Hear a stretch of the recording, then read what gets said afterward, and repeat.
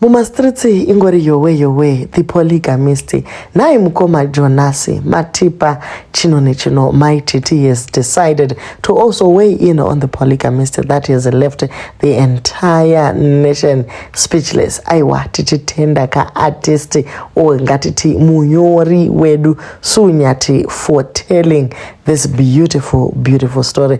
Maititi varikuti iwo she relates to some of the stuff that happened to Joyce, as she is also representing many other women in Zimbabwe and across Africa that are dealing with a men like this. Engonga, welcome back to your channel. Please don't forget to like and subscribe. Pamwe pacho tinenge tine mashoko akawanda uzonoti aikaka kumurika tina kumoresana aiwa tisvitse maoko. Maititi vati ivo, I recently finished watching The Polygamist and was left sleepless. We all have. At some point, found ourselves in Joyce's shoes, holding on and being patient until we realize that certain individuals are not worth our time. Some of us have been left with scars that never fully heal, but we have eventually found something better. I am aware that some of you are still trapped in a similar situation, trying to protect your title. However, it is essential to note that the outcome is not always as depicted in the series. It is crucial to prioritize yourself repeatedly and not allow toxic relationships to consume you. On the other hand, karma may be delayed, but it will often revisit in one way or another. I will give The Polygamist 100 out of 10. Not every woman is as clever as Joyce. Some will die miserably. So ndo mashoko amaititi aya vati ivo vedwe zvimwe zvamunoona ipo paya zviregei zviperere pamafirimu unogona kungopedzisira watosungwa uchida kutora inonzi do not try this at home. But anyway guys, film makariona kune avo vasati aiwa handei tinoona tinzwisise zvinhu zviri mudzimba zvinorwadza, especially on the part of the African children that have to watch their fathers vachiita live large with their other families. Ivo vasina zvakawanda zvavari kuwana, kunyanya avo vana vaesi vaigara zvavo kurokesheni apo baba vachifadaya zvavo nemukadzi wavo wechipiri. Ende madzimai akawanda vari kutora role yaesi, mudzimai akaendesa murume kuchikoro then mukomana akudzoka kubva kuuniversity anobva wana vasikana veklasi yake iwewe ungotsvetewa. Tine hama neshamwari dzakawanda vakasacrifice kuti ivo vasara vachingwavha varume vaende kumauniversity, asi vasvika kuya vakanosangana nemaslay queen nevamwe vasikana vakadzidza vanonzi iyi ndo yatype yangu, iwewe wakangoshandiswa ndokuzongosiyiwa wogara uri in hiding uchinzi uri mudzimai wangu asi unondinyadzisa pavanhu. Zvakaoma vedwe. This movie stressed me yesterday and I am stressed kuti vakadzi they are going through a lot. We as women, we suffer in marriages just to protect the title and be afraid of what people will say, but at the same time forgetting our own mental, emotional and physical health.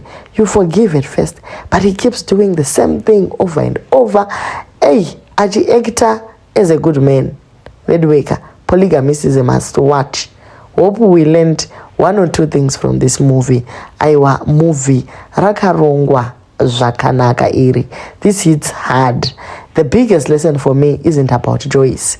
It's about how many people lose themselves trying to keep a relationship alive that was already broken. The moment you choose your peace over a title, everything changes. Some scars remain, but so does your strength. Curious, what's the biggest lesson you learned from The Polygamist? Siyai ma comments apo. Isusu tiri kuona kuti Joyce ka aiwa anga akaperera pamurume wake achifunga kuti iye akangwara, but aiwa she wasn't clever.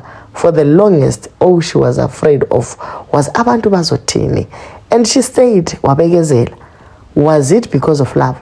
Yes, at first, but love alone is not enough. She endured so much heartbreak, one after the other. Was it worth it? No. Ndo zvandadzidza panyaya iyi. Ende chimwe ndechekuti masmall house aya havavhunduke, vanotouya votokushungurudza uri mumba mako, and vanenge vachitofila kunge vakachibata kuti dzvi kunge vahwina. Asi later on zvawakaitira umwe mukadzi newewo zvinogona kungoitigwa kwauri musakangamuka. Murume anenge ajaira kugara ari mu-thrill yenyu love, saka iwewo ukazotanga kukombodza wakuratidza kuti wakuzvara, wakutoda kumunetsa-netsa uchimuchengera-chengera sezvaitwa nemukadzi mukuru, anobva asiya zvakare oenda to the next. It is very important to choose and love yourself more than anything and protect your peace always. I've learned kuti varume, they love themselves more than anything. That's why they always find it easy to walk away. Vakatongona kuti handichanakirwi nezviri pano, vanotongoenda. But gender yangu tinoramba takaita hold on. Nyangwe patiri kuona kuti apa tiri kungomanikidzira zvino. Imika zvinorwadza izvi. I can't even imagine myself in Joy's shoes. That woman is truly out of this world. Jonasika akauma, sleeping around with everyone. And at the end I was so worried about Menzi. Imagine him getting involved nemusikana aimbovataona baba vake. What a roller coaster of emotions. What a traumatic experience for the family. Joyce was actually a brave woman. Jonasi was too much. Vedweka tinavo vana Jonasi mudzimba dzedu umu. The reality of it is having Harare as one big bedroom portrayed on the screen. Musakangamwe guys. The life of the rich and famous of Harare ndo yainyorwa na Sunyati. Ndo aitonyora story yeku Harare. Now think of it. This is actually happening. This book was written in 2012, but this is exactly what is happening. Now think kuti kubva 2012 kusvika nhasi nespeed yechivhure yaapa Harare ka ndo chaizvo zviri kuitika izvi. Joyce stayed because of love of money and power, and also stayed kuti mabrand ake aizoti chii iwe media and all that nekumabasa kwavo kwavaishanda.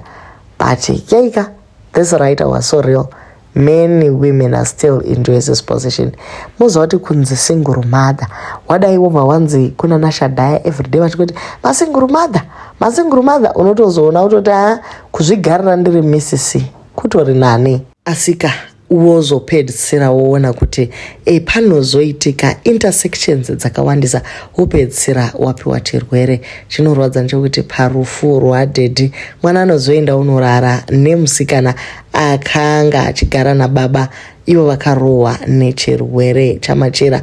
Wotozopedzisira watoona kuti kaizika zvakauma. Yes, it is not easy to let go, but it will come to a point where your heart is tired. Wozopedzisira waita saJoyce wototi aiwa ininika chirega ndisiye zvemurume uyu. Nyaya yese it pivots around Joyce. Ndiye aifanira kutoona kuti it is time arege kuramba ongorwira pamwe pasina maturo zvachose. Esi wakangorelaxa one akasiyana nazvo. Asi maini neJoyce vaida kuramba wakabatirira. Imigani vasati vaona hande tinoona tigotaura kuti tiri kuiona sei The Polygamist.